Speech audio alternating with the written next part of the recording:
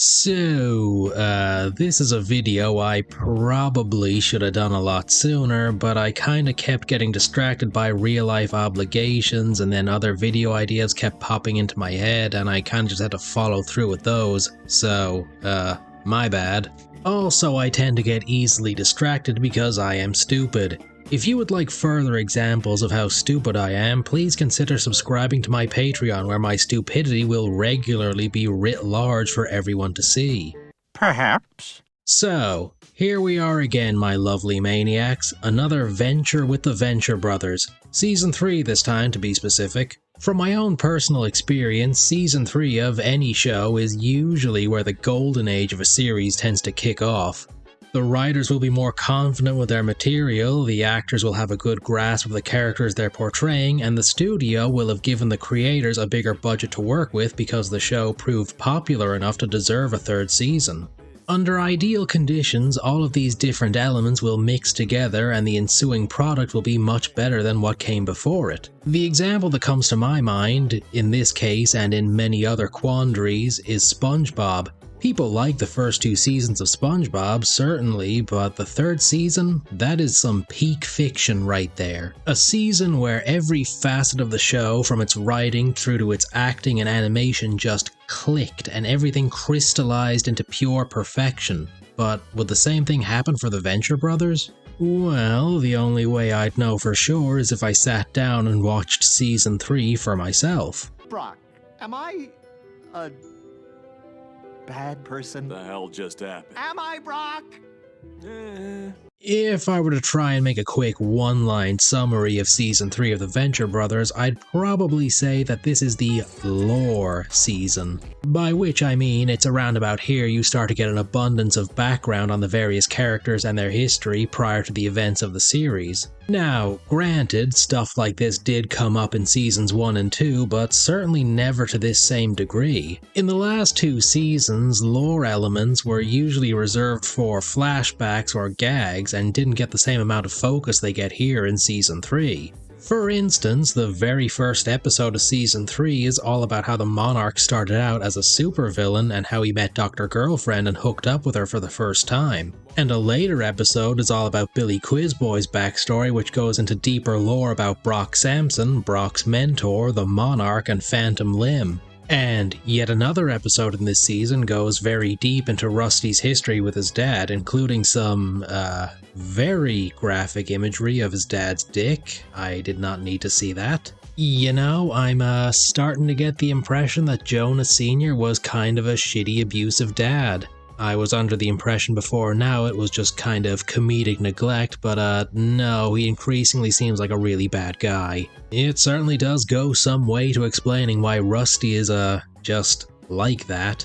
Regardless, I do really appreciate and like these little dips into the series' lore. It's increasingly clear that the people behind it put a great deal of thought into the backstories of the various characters, which in turn makes it all the more exciting when these various threads are being pulled upon by the writers.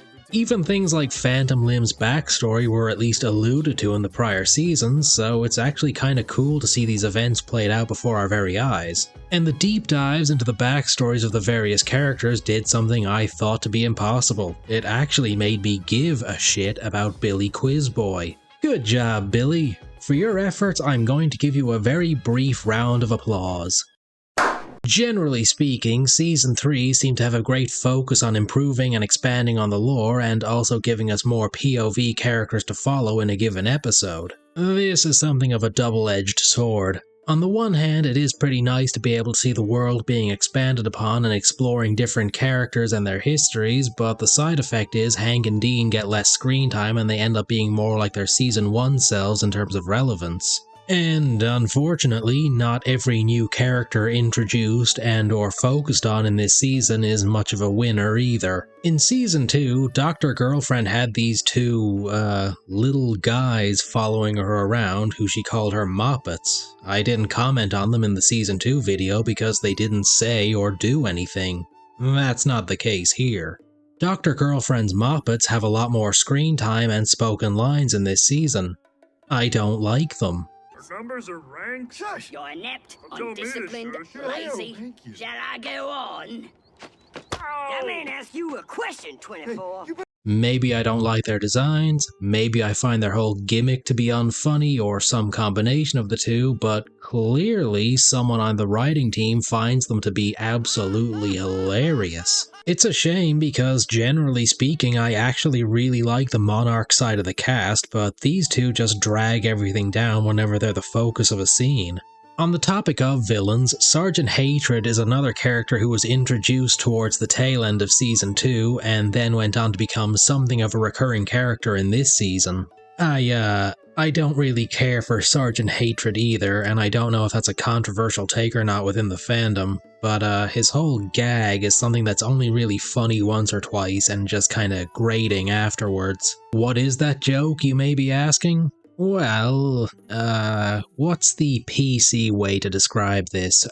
Sergeant Hatred used to be a member of the, Catholic clergy, let's say. And so, basically, all the jokes that surround Sergeant Hatred are all about his inappropriate interactions with young boys. Come on, Venture! We gotta get the kids off me. I got a court order that says I can't be around these sexy little children. All right, kids. Nice job vanquishing the villain. I know some people would probably be tempted to call me a snowflake or something for not finding this joke funny, but I don't find it funny not because I'm offended or whatever. It's because it's meant to be shock humor, and shock humor only works if it can, you know, shock you. The first time you hear the Sergeant Hatred joke, it's funny because it catches you off guard with how utterly inappropriate it is, but every instance after that it's just reminding you time and again that Sergeant Hatred was an Epstein fan. But I guess it's not all bad. For one thing, the Quim sisters, being this weird gender-swapped counterpart to the Venture family, are pretty great characters. It's just kind of funny to me that the twin sisters are a parody of Nancy Drew in the same way that Hank and Dean are a parody of the Hardy Boys. That's cute. And Hank and Dean aside, it is genuinely really nice to be able to see the rest of the cast back in action again. Rusty and the Monarch are every bit as neurotic and hilarious as they always are. Wait, Brock. Don't. We have to go back. What? He's family, Brock. And he's in trouble. He needs us. Get the fuck out of here. Had you going for a minute there, didn't I? Huh? Yeah. And it's pretty nice that Jonas Jr. is also getting more screen time in this season. Seems that JJ's side of the cast is gradually being fleshed out and expanded. I genuinely never thought the pirate guy from Season 1 would go on to become a recurring character, but here we are. Professor Impossible also got to make a comeback in this season, this time doing his best Elon Musk impression by becoming the most divorced man to have ever lived. Brock is as badass as ever in this season, and it's still a real visual treat to see him in action, particularly now that the animation budget allows for some really cool fight scenes with him. But shockingly, Brock ends up actually quitting Team Venture in the season finale. I really never thought he'd ever do that. I guess time will tell if that's meant to be some kind of fake out for Season 4 or not. After all, that's what happened with Hank and Dean being killed off at the tail end of Season 1, but again, we'll just have to wait and see. You would think Brock leaving Team Venture would be the biggest shock of the season, but you would be incorrect. The biggest shock of the entire season, as it turns out, is that Helper actually gets to do something this time around.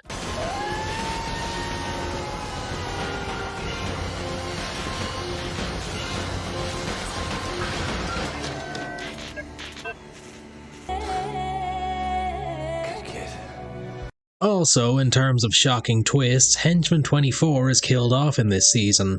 I haven't really mentioned Henchman 21 and 24 before now, cause until this point I just took them as being silly background characters. But out of all the Monarch's henchmen, those two have been getting more and more screen time as the show has gone on, so I guess I kinda have to pay attention to them now. Well, the one of them that's still alive at any rate. The other one looks like Jerry Seinfeld, and with this show it's kinda hard to tell if that's intentional or not.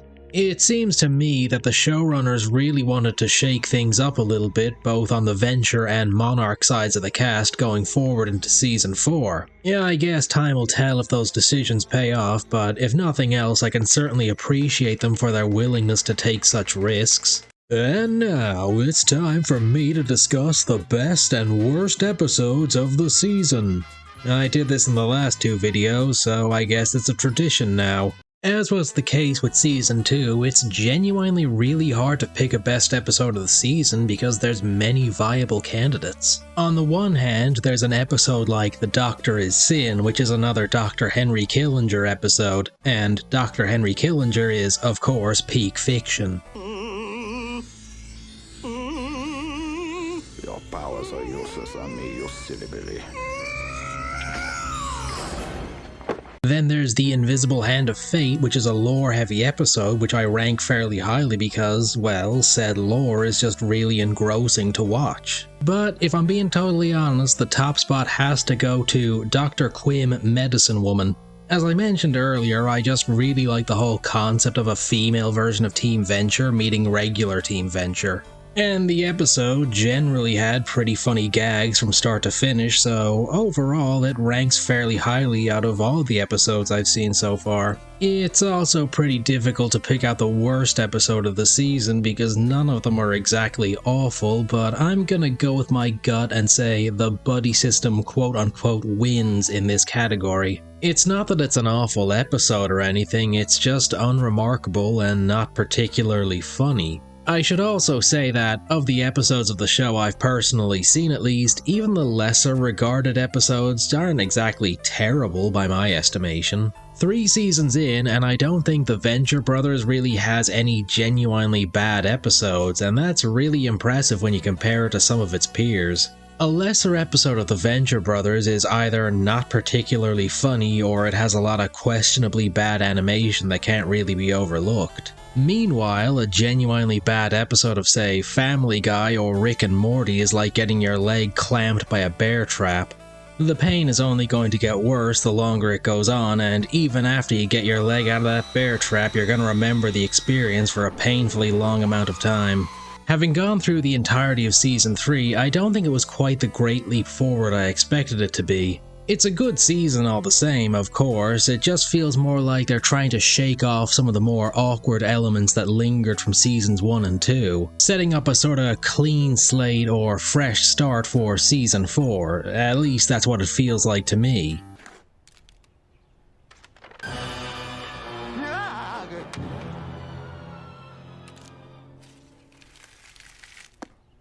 Oh, June 6, 2003?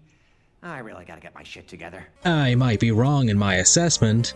Who am I kidding? I'm never wrong. But that's sort of the vague impression of things that I got when the Season 3 finale was winding down. So, in that context at least, Season 3 is kinda like a running start where Season 4 will be the great leap forward in quality. Are we on the precipice of the Venture Brothers hitting its peak? I guess the only way to find out is to press on into Season 4, but either way, I'm definitely excited to see more. Thanks for watching, you lovely little maniac you.